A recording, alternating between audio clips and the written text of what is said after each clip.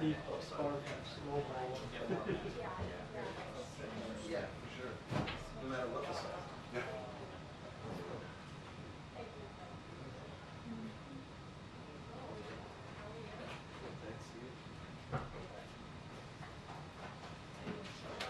My what?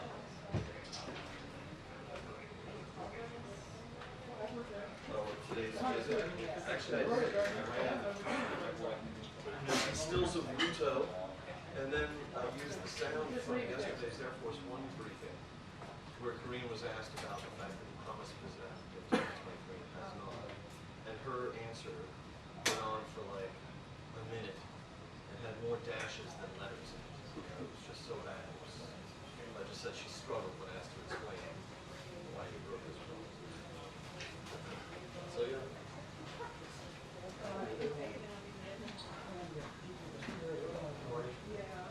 I'm not sure. I never know such things. That's just always.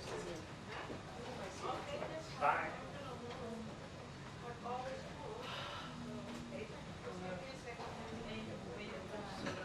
I emailed them, so. Like, because of that. They only offer me a nice coffee. March 20. Yeah.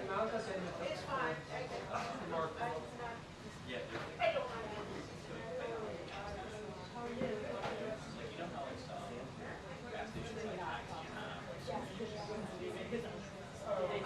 No, I'm This is really not a problem.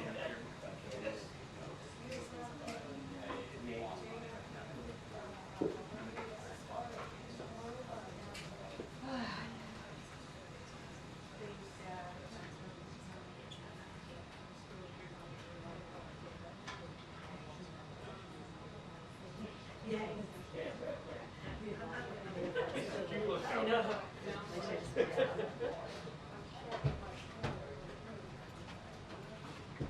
Hello? Is this not promising? Huh? This looks very not promising. I just want to. Oh, I just said to them, are you guys running on time? And they went, ish. It is currently 101. That's true. And there's a giant backup of me. How are you? Guys. Good. How are you doing? Yeah. I wish I could get my press thing. Oh, yeah. Sorry. Yeah, because I'll forget to do that. Yeah, I'm gonna rush. I'm just gonna do it. Oh, yeah, of course. They're being very, like, official. Yeah, I know. What is that? What's that? It's for tomorrow. You don't right? have that? No, I don't. Oh my God. White House reporter. I'm gonna have to while I'm watching from Zoom. It's for the press conference tomorrow. They've got a bunch of them in there. So. Oh, do you need one? Did you sign up? No. I didn't know you were in Yeah, they're in school. Oh, whatever. But I would like one of these. I mean, I wish I. Well, no, I wouldn't be able to get it. It is really. I mean, just for posterity, you think they'll give me one? Sure. Oh, that's Do you really think if I nice. use the restroom though? And what is it getting you in today? Right? Is it getting you right? No, I don't No, it would be. When she comes out. And you don't lose it. I didn't want to lose it, so I figured I'd put it on. Oh. Also, I feel more official. Oh, yeah, for sure. It makes you feel good. Yeah. But I don't need one, right? I plan in the pool. Is that in that one? I might not be getting there as early as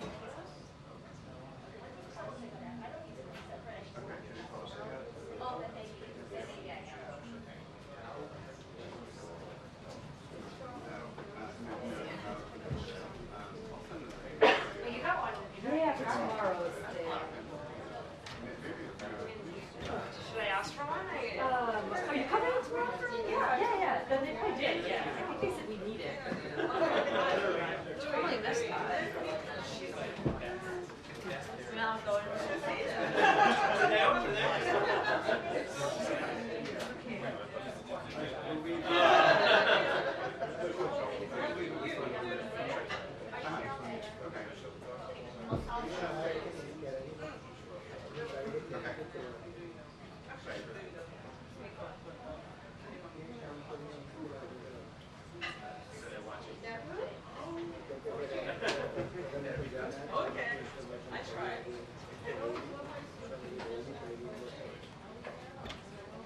You okay? Do you need something? I think it should be good.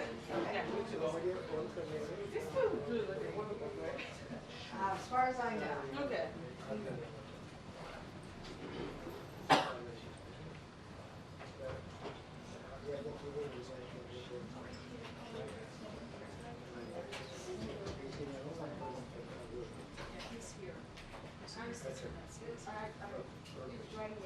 I know. Now they say circle back after. Yeah, I was waiting for you. Thank you.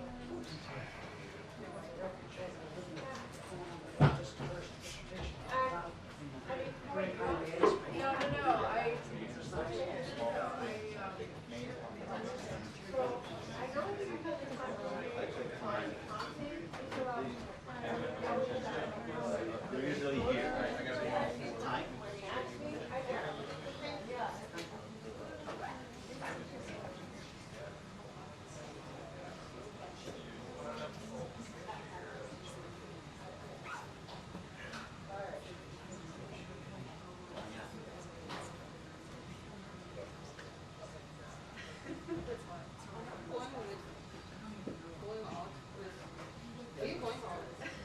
I'm just going to sit out. I mean, after this, are you going out for the research? Yeah. It's probably best if you sit at the rack or get Krista with us. But I think, I'm not really sure we need you at this point unless they want to do the 2:30. And then we're going to have to come back and do that. Because all the cables here are going to be on there. So at that point, when you go up It's his here, fault. so at that point, when you go It's up his here, fault. No, it's his fault. It's not mine. Krista do that. Oh, yeah. But, I mean, yeah, so we'll leave go to the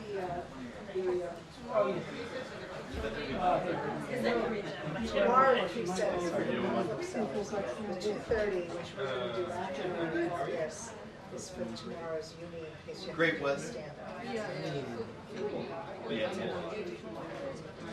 I'm not. Not necessarily, we're just running a favor. Yeah, so if you're sitting at the rack.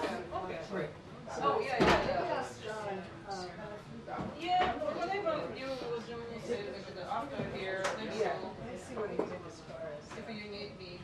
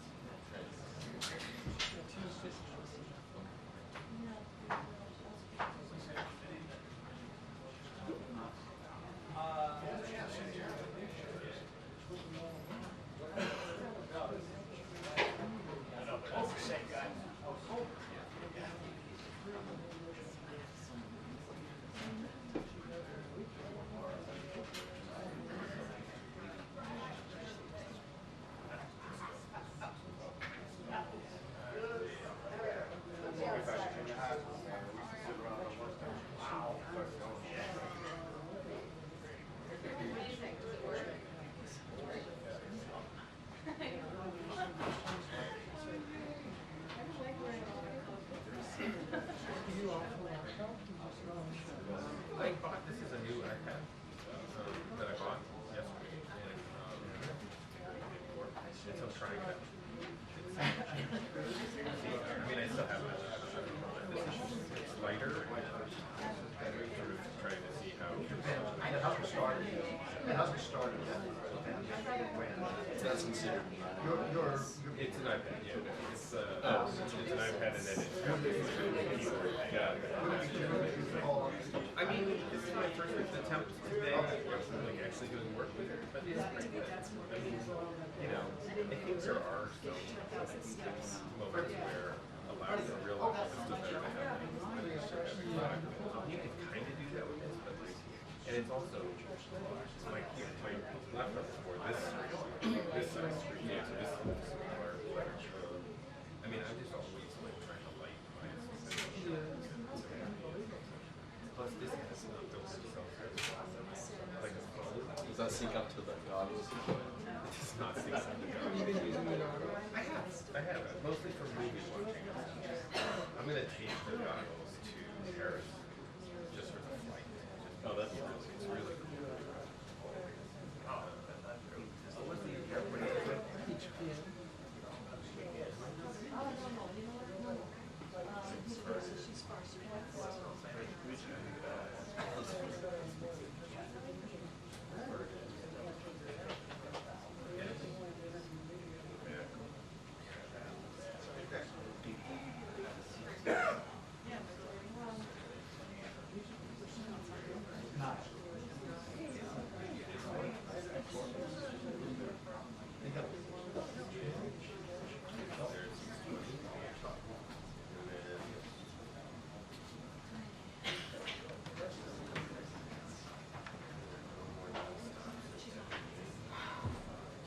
You already done this? I'm not coming back straight to Tuesday. That's really, 140. but that's too much. That one you might as well just drive to.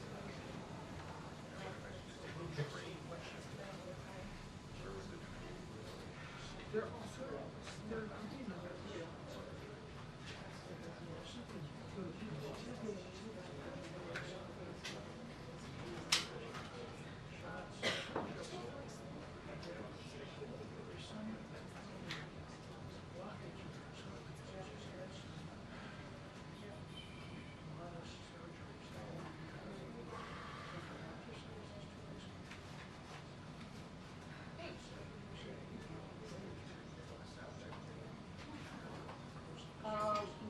Not usually. We can ask them. If anybody, yeah, anybody there? Yeah, yeah.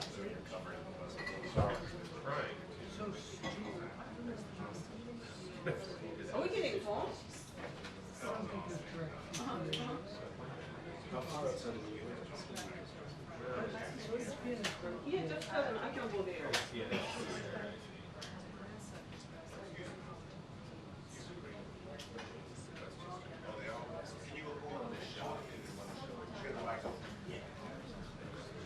Okay, 1 2 1 2 1 2 1 2 3 1 2 3 1 2 3 4 5 6 7 8 9 10. Good.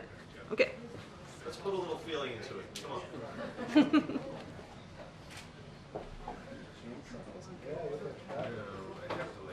You'd have to switch it off.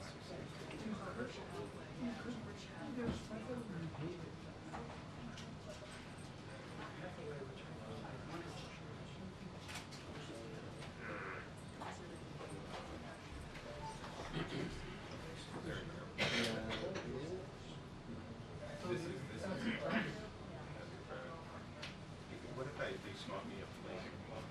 Yeah. Yeah, exactly. You can use 18.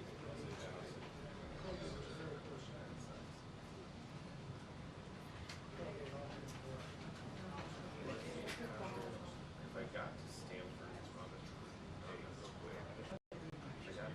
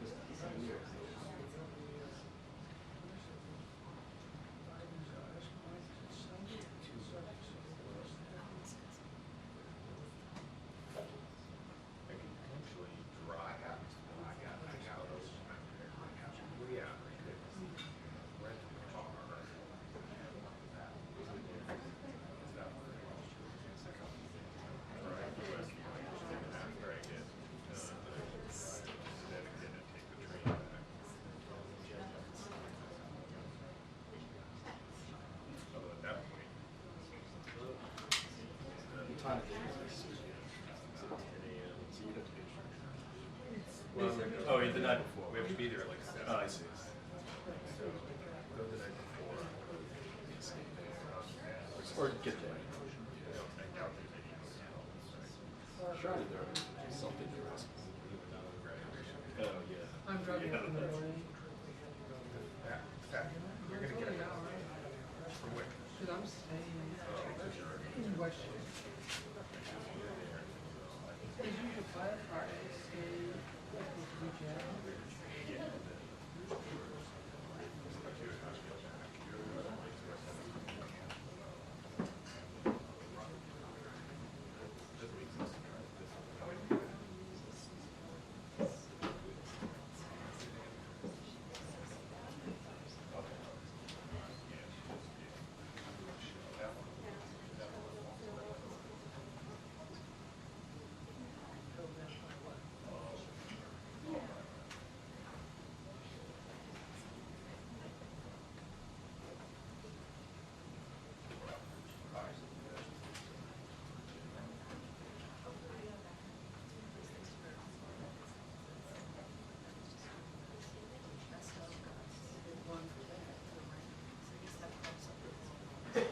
You can go to New Show. Yeah, it takes a drive. Is it cellar there?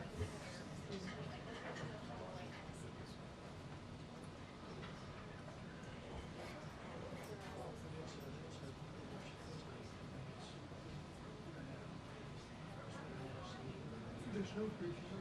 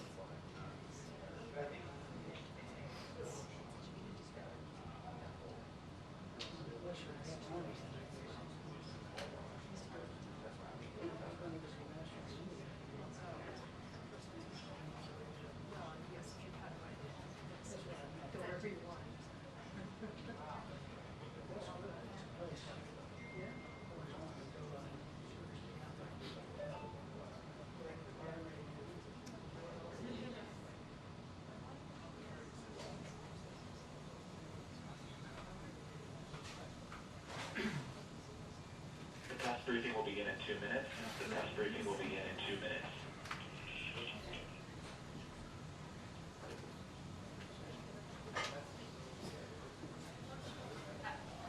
Is that the old 2-minute warning?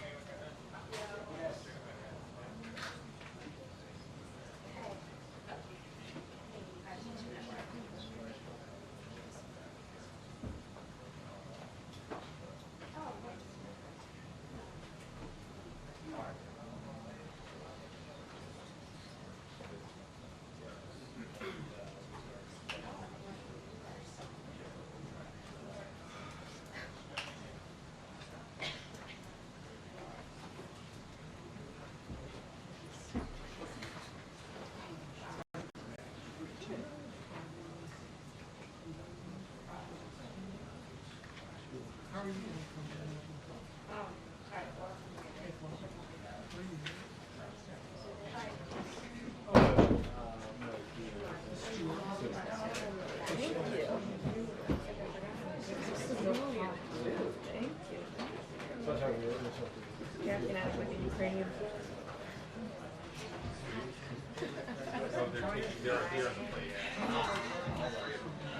Hey, are you awake?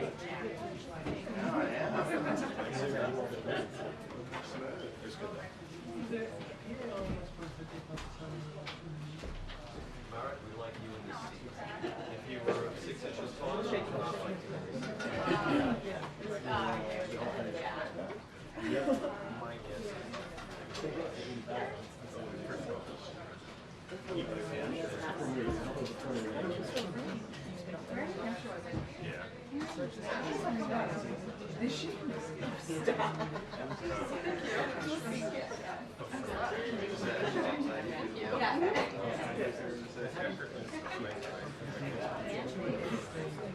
Oh, he stays with me. Hi, good afternoon, everyone. All right, okay. I have a couple things at the top, and then I'll hand it over to our guest. Today, we announced that the Biden-Harris administration canceled student debt for an additional 160,000 people, meaning 4.75 million Americans have now benefited from our debt relief actions, receiving, on average, $35,000 in debt relief each. One of those individuals is Tiffany from Oregon. She's the youngest of 4 children and was raised by a single mom. Tiffany had been repaying her loan since 1994, but thanks to President Biden's leadership, her debt was canceled, and she is now excited about what her future holds. The president will never stop working to provide some more breathing room for Americans like Tiffany, no matter how many times Republican elected officials try to stop him. As you know, one of the biggest priority of the president is nominating and confirming extraordinarily qualified men and women who are dedicated to our Constitution and who represent the diversity of America. Thanks to his hard work and our partnership with the Senate, we are at 200 judicial confirmation, which is monumental news for the rule of law and the American people. These highly qualified individuals have diverse professional backgrounds. They are labor lawyers, civil rights lawyers, public defendants, served in the U.S. military, and much more.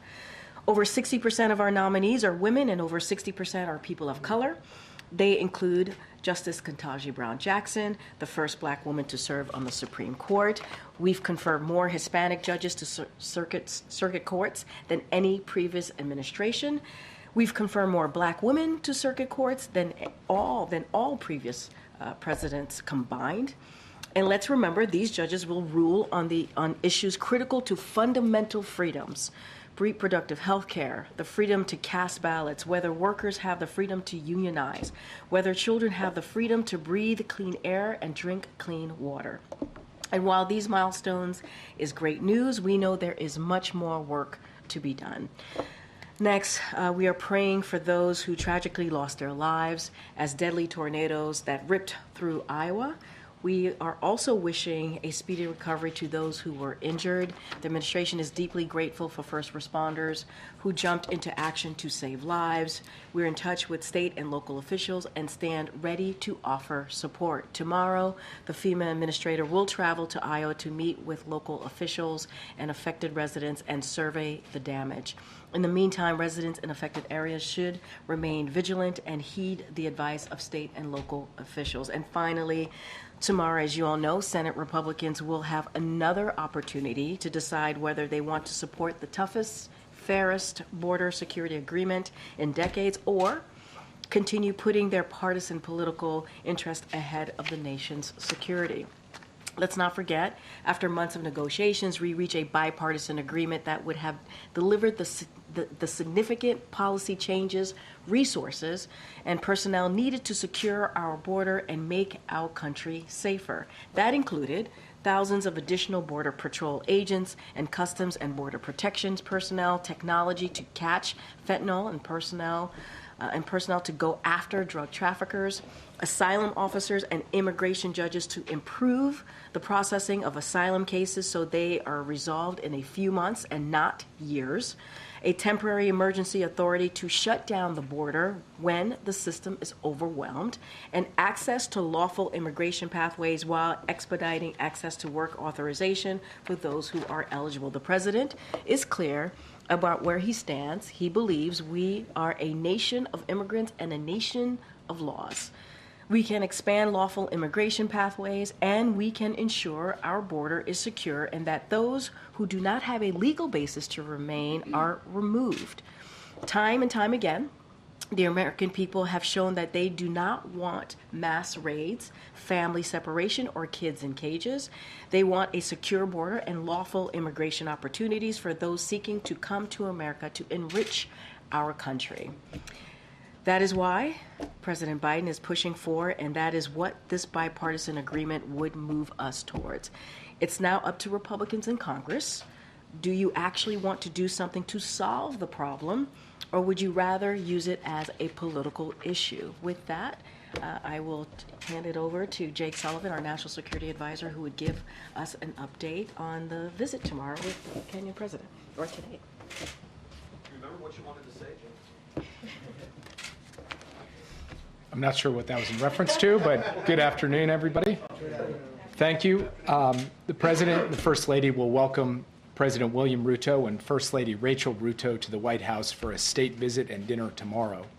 The official program will actually begin later today with President Biden and President Ruto sharing some informal private time together and then participating together in a technology and investment roundtable with U.S. and Kenyan CEOs and other business leaders in the East Room.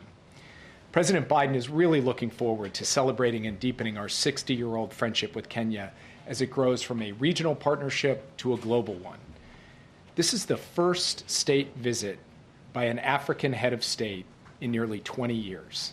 It is long overdue, and it's emblematic of the priority that President Biden has placed on our commitment to the people of Africa and to elevating their voices in global governance and global problem solving.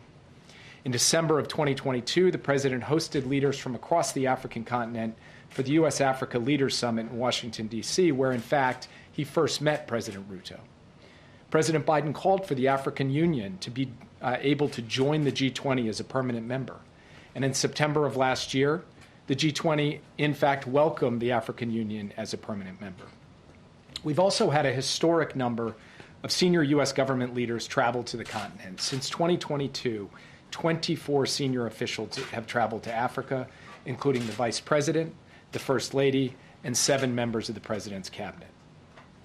Now, as one of our closest strategic partners in Africa, Kenya has worked side by side with the United States to tackle some of the most significant challenges of our time. And over the next few days, you'll see President Biden and President Ruto commit to deepening our partnership on critical and emerging technologies, on improving health, on fighting climate change, on supporting civil society, on enhancing peace and security, and of course on enriching the people-to-people ties between the United States and Kenya. Their statements and their substantive announcements will showcase that our ties, which are founded on shared democratic values, economic aspiration, and global interests, deliver in a tangible way for Americans and Kenyans. Kenya is an emerging technology hub, and so you can expect announcements about new investments in partnership in digital technologies and emerging technologies. President Ruto has been a leading voice on the challenges that debt poses to developing countries. So you can expect he and President Biden will announce their shared vision on how the international community can step up to mitigate the mounting burden of debt and unleash inclusive growth. This visit will also highlight Kenya's important role in global peace and security. The U.S.-Kenya partnership, for example, plays a central role in international efforts to defeat al-Shabaab and other terrorist organizations. And you can expect further announcements over the course of the visit that enhance our security partnership. The United States is also firmly committed to supporting Kenya in its deployment to lead the multinational security support mission to Haiti, which will provide much-needed security assistance to the Haitian people. And we appreciate, of course, the strong, principled, consistent stance that Kenya has taken in supporting Ukraine's sovereignty and territorial integrity. Through this visit, which will unfold through a series of events and culminate in the state dinner tomorrow night, we are demonstrating how, as President Biden has said himself, the United States is all in on Africa and all in with Africa. Most importantly, we are recognizing our rich history of partnership, friendship, and support for Kenya and focusing on our shared future. This year marks 60 years of partnership with Kenya. We're looking forward to the next 60 and the 60 after that. That's what will be on display in this important and historic state visit. And with that, I'd be happy to take your questions. Yeah. Thanks, Jake. 200 trip over the weekend to Israel and Saudi Arabia. A senior administration official said yesterday that Israel has addressed many of the U.S. concerns regarding its operation in Rafah. 900,000 plus civilians have fled Rafah in recent weeks. Has Israel addressed all of the administration's concerns? Does the U.S. support what Israel is doing in Rafah right now? We've had detailed discussions on Rafah during my visit to Israel. These have built on weeks now, as I've discussed with you from this podium, of discussions on a professional basis about Rafah and about how Israel can achieve the defeat of Hamas everywhere in Gaza, including in Rafah, while minimizing civilian harm. I explained to the Prime Minister and other senior Israeli officials the President's clear position. I reiterated that position. I was briefed by Israeli officials and by Israeli professionals on refinements that Israel's made to its plans to achieve its military objectives while taking account of civilian harm. What we have seen so far in terms of Israel's military operations in that area has been more targeted and limited, has not involved major military operations into the heart of dense urban areas. We now have to see what unfolds from here. So we will watch that, we will consider that, and we will see whether what Israel has briefed us and what they have laid out continues or something else happens. And one of you asked me the last time I was standing at this podium, how are you going to judge this? And I said that there's no mathematical formula. What we're going to be looking at is whether there is a lot of death and destruction from this operation or if it is more precise and proportional. And we will see that unfold. And we will obviously remain closely engaged with the Israeli government as we go. That's how we see the situation right now. Yeah. Thank you, Jake. Did the U.S., did you in your meetings provide any U.S. intelligence about Sinwar's whereabouts? So I think at the root of this question is a story that is just completely wrong, that somehow we were withholding information from the Israeli government relating to Sinwar or any other Hamas terrorist who was responsible for October 7th.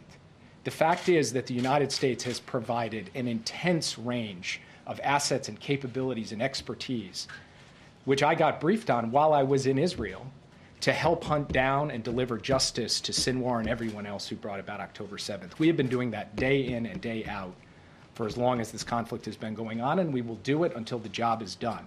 It's not tied or conditioned on anything else. It is not limited. We are not holding anything back. We are providing every asset, every tool, every capability. And frankly, we have some of the best there is in the business on this. And they are hard at work with the Israeli government to help them try to achieve their ultimate objective here. So I didn't have anything myself to come add because we've already flowed and supplied everything on a perpetual, ongoing basis through the work that we're doing on the ground right there in Israel, and we'll continue to do that. The senior administration official has suggested, which I believe is the administration's view, that until Hamas is fully held to account, that the peace process and any two-state solution could not go forward. Do you see Israel being able to deliver on that? And then do you see Israel accepting a two-state solution? So I'd have to refer you to the Israeli government about their position with respect to the future of a Palestinian state or the Palestinian question. I can just state to you what the U.S. position is, and it's been longstanding. President Biden believes that a two-state solution that guarantees Israel's security and also a future of dignity and security for the Palestinian people is the best way to bring about long-term security and stability for everyone in the region, Israelis, Palestinians, and Arabs. And he has talked about a regional vision of Israel actually being integrated with all of the moderate Arab states in an architecture that can deliver regional stability. And I was in Saudi Arabia talking to the Crown Prince about that exact vision this weekend, and you saw public statements from him about what is possible if Israel moves down that path.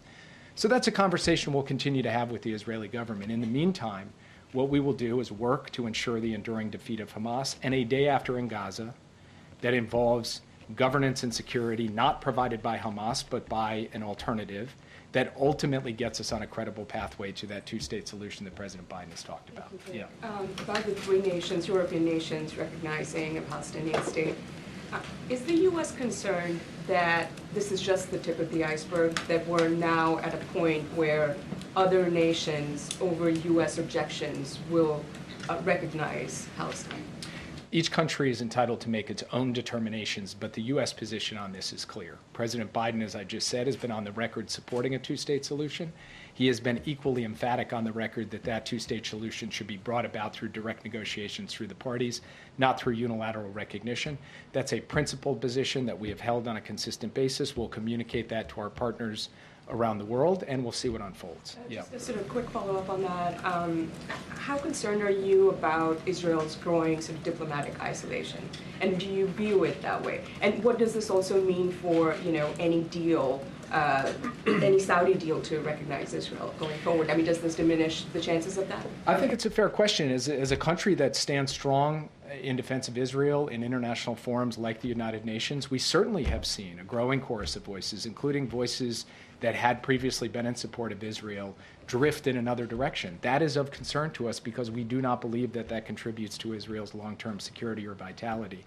And so that's something that we discuss with the Israeli government, and something that we believe that a strategic approach to defeating Hamas, protecting civilians, surging humanitarian assistance, and then pursuing that vision of regional integration I just talked about will put Israel in the best stead to engage countries around the world and revitalize a lot of the partnerships and friendships that have been a source of great strength for Israel over time and can be again. Yeah. Thank you, Jake. You just said that there's no mathematical formula as you evaluate Israel's offense of Rafah, but the administration repeatedly has said that the U.S. will not support a large-scale ground invasion. So how do you define large-scale ground invasion? And then secondly, has the president's broken promise to visit Africa created any challenges as you try to deepen relationships with the countries there? The president would really look forward to visiting Africa. He intends to do so as president of the United States. I obviously don't have anything to announce today. But if you look at the breadth of his personal engagement on this issue, including being a president, the first in 20 years to actually host an African leader for a state visit here, I think it shows, along with the specific tangible policy actions that he has taken, including most recently, by the way, an overlooked part of the National Security Supplemental was funding actually to help emerging economies, including in Africa. His record will stand for himself, and we believe that what today will showcase is not questions about the U.S. commitment, but answers that the U.S. is actually delivering for Africa, for the African people, in this case for the country of Kenya, but also with Kenya for the broader continent. In terms of how we look at Rafah, as I've said before, the key concern that we have is major maneuvers into dense urban areas, and that continues to be something that we will look at. What we have seen so far has not been that. What unfolds in the coming days is something that we will review closely day by day, and we'll continue to take briefings from Israel about how they are refining their approach, in part based on concerns that we have expressed to them. So this is something that will be a continuing source of engagement and conversation between the two of us, and I'll keep you posted as we assess how things are unfolding. Yeah. Israel is responding to the move to recognize Palestinian statehood by withholding funds from the Palestinian Authority. What do you make of this decision and the economic impact that it could have? I think it's wrong. I think it's wrong on a strategic basis, because withholding funds destabilizes the West Bank. It undermines the search for security and prosperity for the Palestinian people, which is in Israel's interests. And I think it's wrong to withhold funds that provide basic goods and services to innocent people. So from our perspective, those funds should continue to go with all of the necessary safeguards, but they should continue to flow. And also, Leader Schumer is in talks with the Speaker to invite Netanyahu to come and address Congress. Does the President support the Prime Minister delivering an address like this at this time? So we have not at this point heard from the Prime Minister on a joint address to the Congress. The President talks to the Prime Minister. In fact, he just talked to him not too long ago. Senior administration officials engage with him. I just did so over the weekend. So we'll stay in touch with the Prime Minister, and obviously we'll stay in touch with the Congress and see what happens. Yeah. Japan hosts the largest number of U.S. forces overseas, and the Prime Minister was just here, the previous Prime Minister was just here, and with all these wars breaking out, there's great concern on what China is doing in the region, and there's been reports that there are U.S. military in Taiwan for the first time since 1979. Can you confirm that at all? I don't know what that report is. I know nothing about it, so can't speak to it. Also, been waiting for an interview with Japanese media, so if that was possible. Interview with Japanese media? There hasn't been an interview with any of the Japanese media yet. So. The President has given a press conference in Tokyo and answered questions from the Japanese media. Yeah. Thanks, Jake. Two questions. One, does the administration support the Republican push of sanctioning the ICC after the recent arrest warrant applications? And if so, what would that mean? And then also I wanted to ask you, after your trip to Israel this weekend, do you feel, I guess, could you characterize how you feel about the Israeli exit strategy for ending the war in totality? So on the question related to the ICC, we're in consultations on a bipartisan, bicameral basis with the Hill on all of the options for how to respond to what the ICC has just done. We haven't made any determinations. When we do, we'll be sure to let you know. And then your second question was? After the trip to Israel this weekend, do you feel like the Israeli government has a path towards ending the war, and what do you see as their exit strategy? Look, I'm going to let them speak to their exit strategy. What I will say is what I've said from this podium before. We believe the only way to defeat Hamas and lead to Israel's long-term security is connect the military effort to a holistic, integrated strategy for defeat of Hamas and securing all of the other objectives that we've discussed. That's something that we think Israel could be clearer about publicly as well as privately, and we'll continue to work on that. But the most important thing is not really what I think, it's that you're hearing senior voices inside the Israeli system speak to these issues. And that debate, we think, is a healthy debate because at the end of the day, we know from our own experience that military force alone is not going to get the job done. It needs to be a holistic strategy. Yeah. Jake, you talked about one of the key objectives, of course, is the provision of humanitarian aid and food to the people of Gaza. The Pentagon, within the last 24 hours, said that they did not believe that any of the aid from the pier, where the construction was led by the United States military, has been received by the people of Gaza to this point. Your thoughts on that, given this, has this been a failure? How do we fix this situation, and was the U.S. insufficiently prepared to utilize this as a means by which to deliver aid? First, just to level set, since Saturday, the UN has in fact distributed humanitarian supplies from the pier to Palestinian civilians in Deir al-Balah, in al-Mawasi, and in Khan Yunis. So aid from the pier has now gone specifically to the Palestinians who need it? That's correct. And there's been about 695 metric tons of food that has come off the pier so far. About 2/3 of that either has gone or is on its way to going to Palestinian civilians. The issue is not actually getting food to the pier or off the pier. It's being able to ensure that we have necessary security arrangements in place to deliver it. We have had modalities to get some of that aid distributed. We are in the process of building out to get more of it distributed. So the answer to your initial question is no, it's not a failure of planning. Yes, it is an indication this is a dynamic environment and we need to continue to refine. But aid is flowing. It is not flowing at the rate that any of us would be happy with because we always want more. But we are actually seeing good cooperation between the U.S., the IDF, the UN, and other humanitarian organizations to ensure that aid goes from that pier to innocent people in need, and we'll continue to do that as we go forward. Can I just follow up quickly on the situation in Iran? Obviously, we're within the 5 days of mourning after the loss of two of the key leaders in that country right now, the mourning led by the Ayatollah there. Obviously, there were initially concerns that the U.S. may somehow be blamed, though the U.S. claims no responsibility, obviously, for the crash of this helicopter. Can you give us any better understanding of if there are concerns that the U.S. is facing, or you've been satisfied with the way Iran has sort of characterized things in the days since then? Is there any reason for concern right now? All I can say is we had nothing to do with it, and if at any point Iran tries to accuse us of having anything to do with it, we will push back extremely strongly, directly, and vociferously. Yeah. The UK's defense minister said today that the US and the UK has evidence that China could be providing lethal aid to Russia. Can you speak to that at all? Well, going back to 2022, I've actually stood at this podium and warned about my concern that China might provide weapons, direct lethal assistance to Russia. We didn't see that in 2022. We didn't see that in 2023. We have not seen that to date. I look forward to speaking with the UK to make sure that we have a common operating picture. We have had one. We've been on the same page. So I just want to understand better what exactly that comment was referring to. What I would point out is that just recently we have been articulating in quite urgent terms our concern about what China is doing to fuel Russia's war machine, not giving weapons directly, but providing inputs to Russia's defense industrial base. That is happening. That is something we're concerned about. We've taken action to deal with that in a concerted way with our allies and partners, and you can expect more of that action in the period ahead. Will the president go to the peace summit next month in Switzerland? He would be the only G7 leader who has not accepted that invitation. I don't have any announcements on that today. What I will say is that I've personally engaged in preparations for that summit, as have others in our government. And, we've been a key player in helping drive forward a vision of peace that includes Ukraine's sovereignty and territorial integrity and the principles of the UN Charter. But I can't make any announcements today about the president's travel. Yeah. Can I go back to Africa for two questions? Yes, you may. There you go.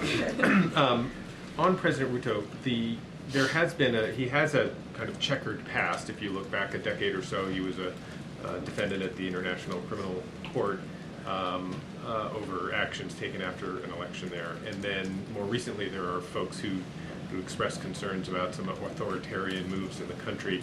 Is that something that the president will raise with, that the President Biden will raise with his counterpart during this visit, or something that causes any concern on the part of the administration? We've seen robust and vigorous democracy in Kenya in recent years, but of course we will continue to express our view about the ongoing need to nurture democratic institutions across the board, an independent judiciary, a non-corrupt economy, credible, free and fair elections. And these kinds of principles are things the president will share, but he's not here to lecture President Ruto. President Ruto, in fact, is somebody who just was in Atlanta speaking about these issues. And we will invest in Kenya's democratic institutions, in its civil society, in all walks of Kenyan life, to help make sure that the basic foundations of Kenyan democracy remain strong. And then just one follow-up on today. You mentioned that there might be some announcements on investment and the like during the visit. Do you anticipate any announcements being made today after the discussion, either before or after, during the discussion with the CEOs? I would just say stay tuned. If they're not made later today, they'll be made tomorrow morning, so it'll be one of the two, and you'll have them soon enough. Yeah. Thank you. Spain, Ireland, and Norway, they have said that their decision to recognize a Palestinian state is because they want to contribute to the peace process, to the ceasefire. So what is your view on that? Does this contribute to the process? And also, will this affect the bilateral relationship of the United States with these countries? I have not heard the logic for how it contributes. What I can tell you is we believe the only way that you are going to achieve a two-state solution that delivers for both Israelis and Palestinians is through direct negotiations between the parties. That's what we've been focused on. That's what we've been driving towards. And that's what a larger regional strategy, engaging Arab states to try to generate momentum in that direction, that's why it's been such a focus of President Biden from the beginning, not just post-October 7th. But you'd have to ask them how they connect the unilateral recognition to actual progress on a peace process or a ceasefire, because I've not seen how that logic actually plays out. Yeah. Thank you, Jake. Israel National Security Minister went today to the ground of the Aqsa Mosque, which is a remnant of what Sharon did in 2000. I'm sure you remember that.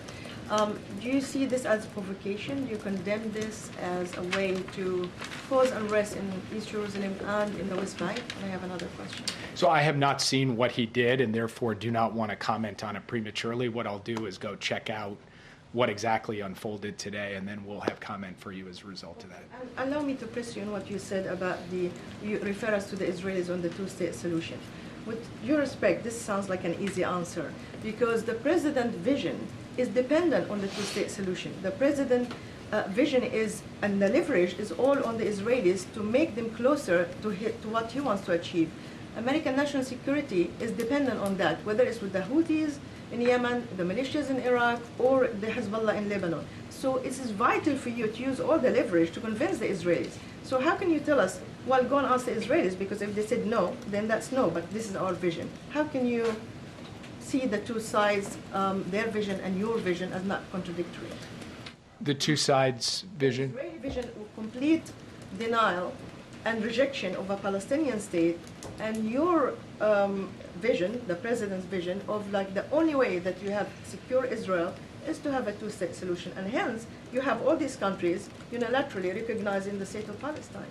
So, look, I think I said at this podium not too long ago that diplomacy is 1,000 days of failure and 1 day of success. Maybe in the case of the Israeli-Palestinian conflict, it's even more than 1,000 days, since across multiple administrations, multiple decades. And by the way, this is not just a U.S. issue. Arab states believe in the two-state solution. European states believe in the two-state solution. The world believes in it. So this is not a bilateral issue between the U.S. and Israel. And of course we make our views known, and of course we press on the diplomatic front on this. But at the end of the day, what the United States can do through hard, gumshoe diplomacy, led by the President, the Secretary of State, myself, others, is try to put the pieces in place for a vision of an integrated region, of a secure Israel, of a two-state solution, put all those pieces in place and show that for the long-term strength and vitality of the Jewish democratic state of Israel, this is what's required. Israel's a sovereign nation. It will ultimately have to decide what it does. What we can do as a friend is try to put the pieces in place to drive down that road. That's what the president has done throughout his career. It's what he's done as president, and it's what we'll continue to do. Yeah. Thanks, Rick. We reported this morning that the Kenyan government has yet to submit paperwork, necessary documentation to the UN Security Council on the MSS with details on the sequencing of a deployment, details on the intended end state of the mission, and rules of engagement as well. Are you confident that Kenya is prepared to answer those questions? And specifically on rules of engagement, what do you want to see of the mission and specifically of Kenyan leadership?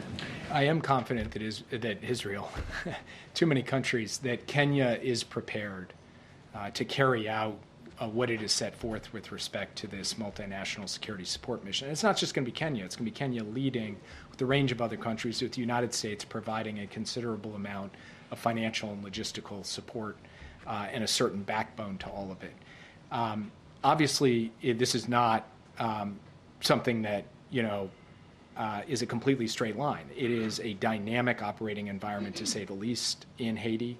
And this is going to require an adaptive, flexible approach, but one guided by certain core functions and operations. Kenya has laid that out. It's worked that out in close collaboration with the United States, and it has consulted closely with the UN on this along the way. So with respect to whatever particular report or forms are necessary to file, that's one thing. In terms of whether the substance of the operation is well understood by Kenya, the partners in the United States, I believe it is. And we expect the deployments to unfold in the not-too-distant future. In terms of rules of engagement, the key thing here is that this multinational security support mission is exactly that, a support mission of the institutions of the Haitian state, not a replacement for it. That is the core proposition behind it, and that's what it's going to carry out. Yeah. Do you have a reaction to the British Prime Minister calling a general election for July 4th? Were you surprised to see that today? I confess that I was surprised to see it today because I think it was not an expected announcement, but I don't have any real comment on it because I'll leave it to the UK to deal with their politics while, of course, the United States deals with its politics. We have a very strong, maybe that's an understatement, partnership and alliance with the UK, regardless of elections, regardless of prime ministers. So, we wish them luck in the conduct of their election, and we'll be here as the United States standing with the UK through it all. Is the President going to meet with the Prime Minister at the G7, and does this change anything, given that the election will be 2 weeks later? Honestly, I heard about this 2 hours ago, so I'm not sure exactly what it's going to mean from the point of view of the UK at the G7 summit. What I can tell you is that we didn't have a specific bilateral plan, but of course, he's going to sit around that round table with that small group of G7 leaders, and I assume the UK Prime Minister will be there, and they'll be talking about substance, not politics, so that's not going to change anything in terms of the agenda of the summit. I'll take one more question. Yep. I have China-related questions. So Secretary Yellen in Europe encouraged European allies to work with the United States to counter China's overcapacity and the trade practice.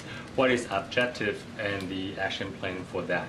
And also, China just announced a sanction against former Congressman Mike Gallagher, who just resigned last month, and he had been a critic to the Communist Party, also a supporter of Taiwan.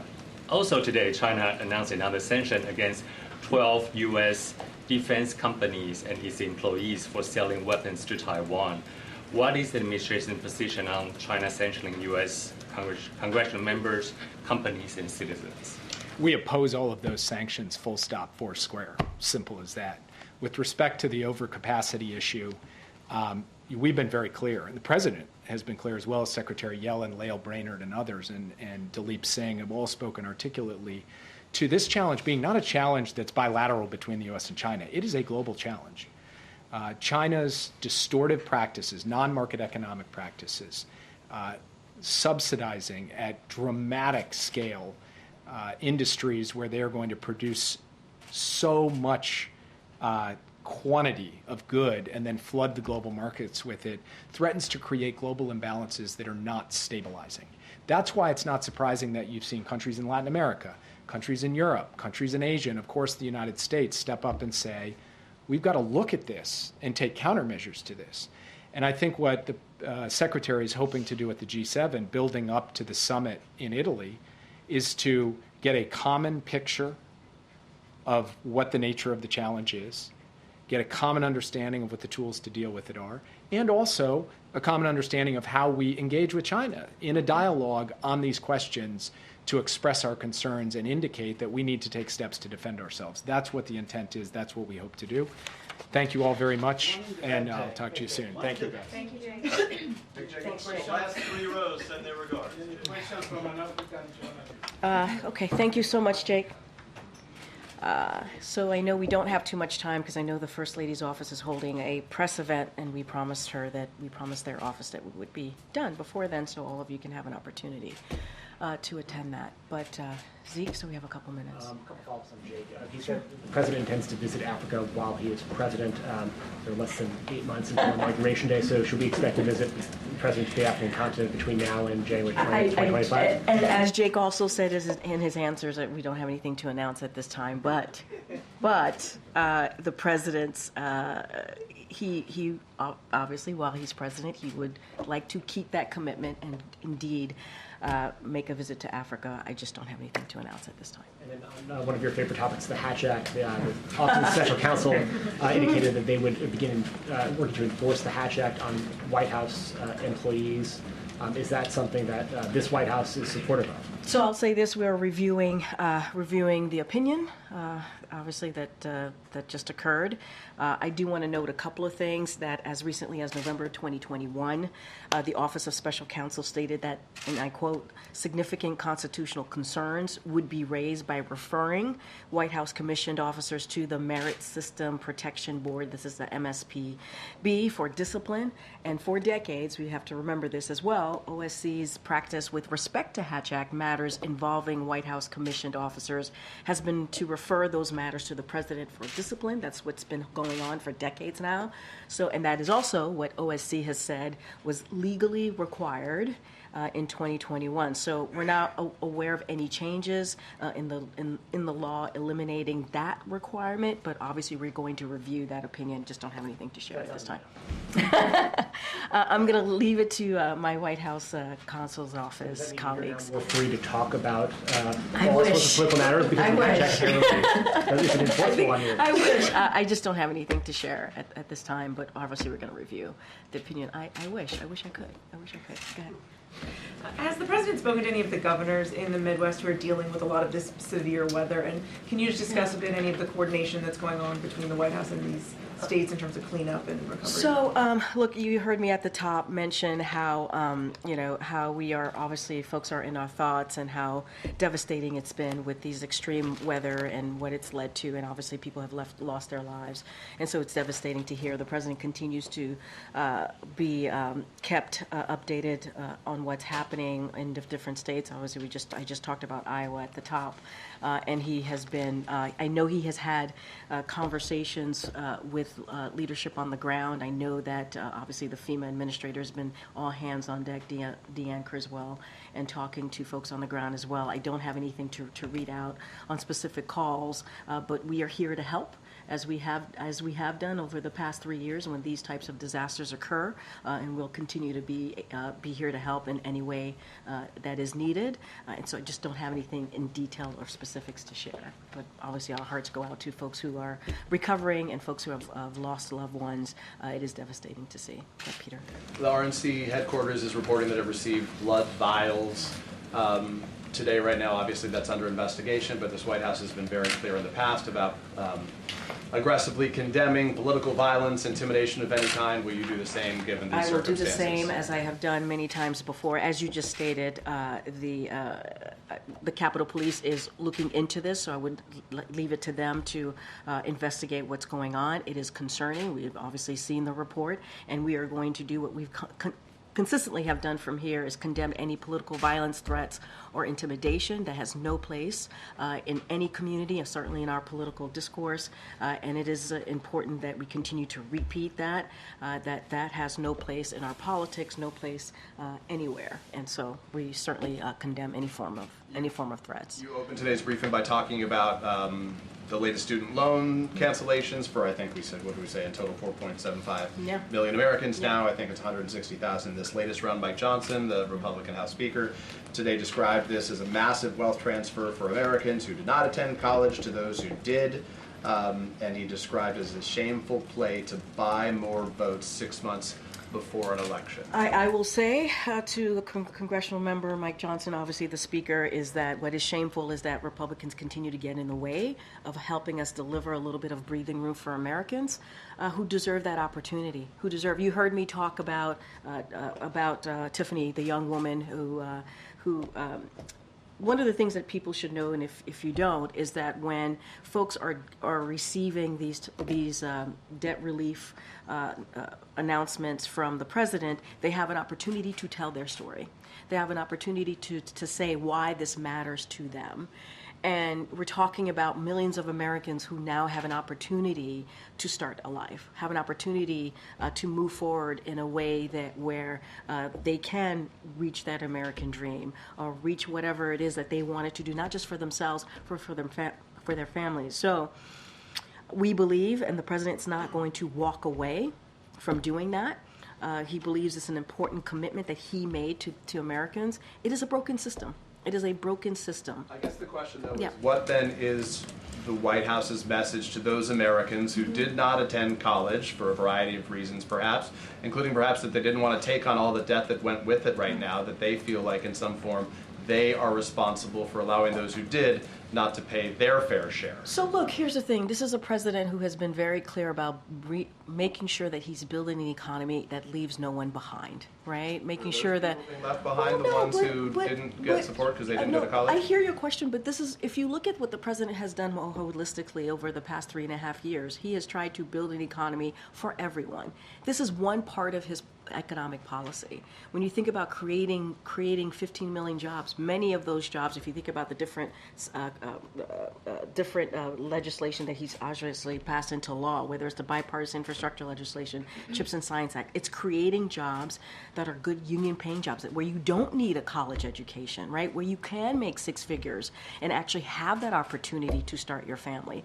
He is creating an economy from the bottom up, middle out, making sure that the millionaires, the billionaires and corporations are paying their fair share, right? Not like Republicans in Congress who want to give them a tax giveaway.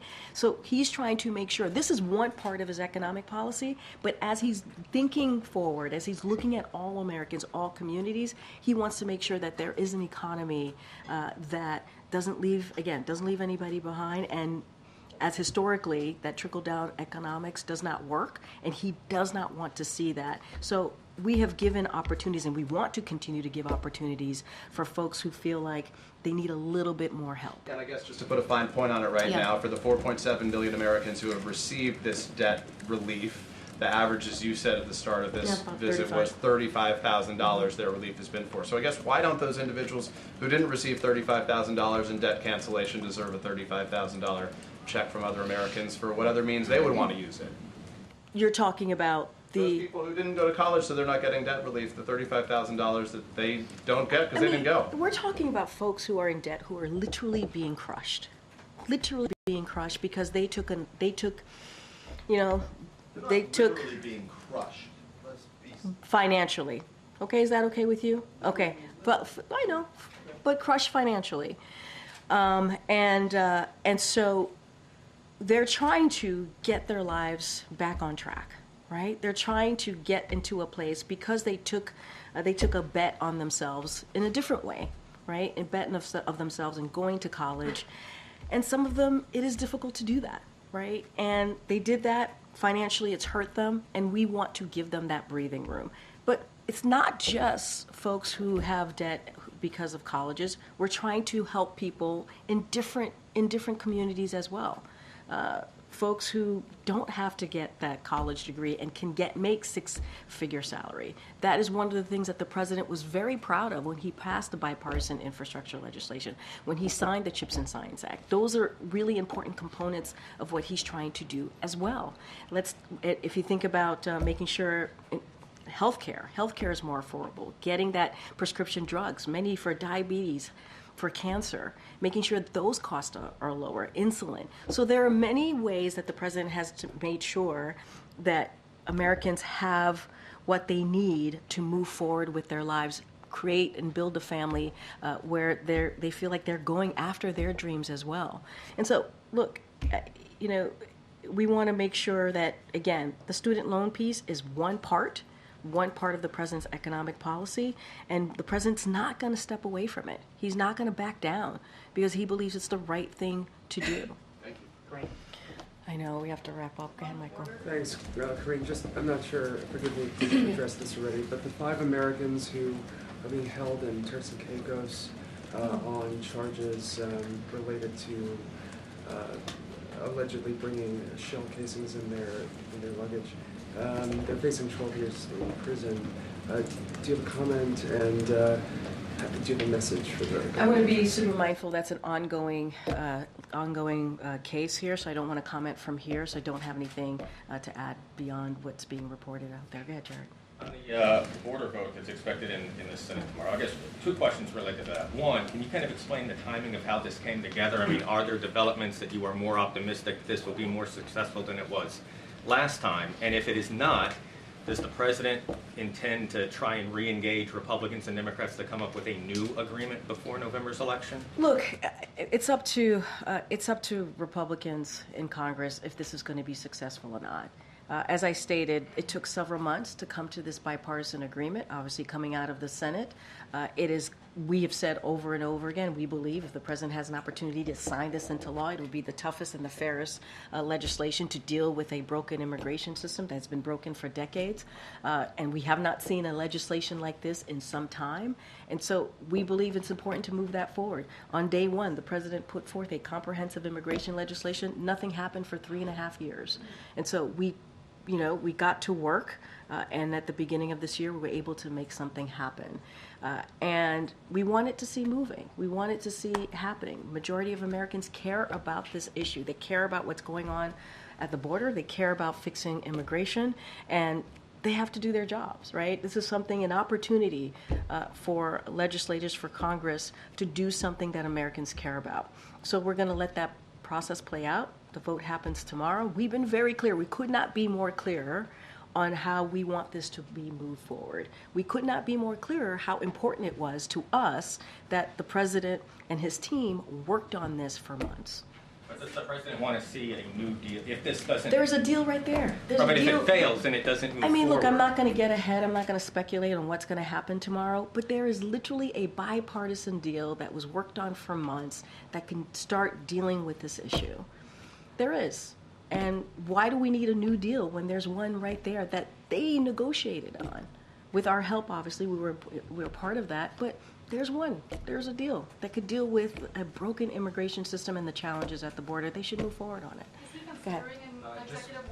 Just wanted to follow up on the student loan debt forgiveness. Yeah. In the announcement, the Undersecretary of Education said, "We congratulate those borrowers on their due forgiveness."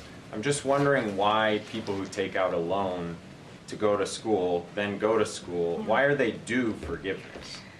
Everybody has a different story as to why they need student loans. Everybody has a different reasoning as to why they want to go to college. I cannot speak for everyone. But why is forgiveness due to them? What we have been very clear about is the system, the student loan system needs to be fixed. The president is trying to do that and fix it in a way where people are not feeling that crushing financial burden that they deal with when they leave college. And that is something that they shouldn't have to. They should be given a little bit of breathing room. That is something that, by the way, that's something that majority of Americans agree on, to be given a little bit of breathing room so that they could...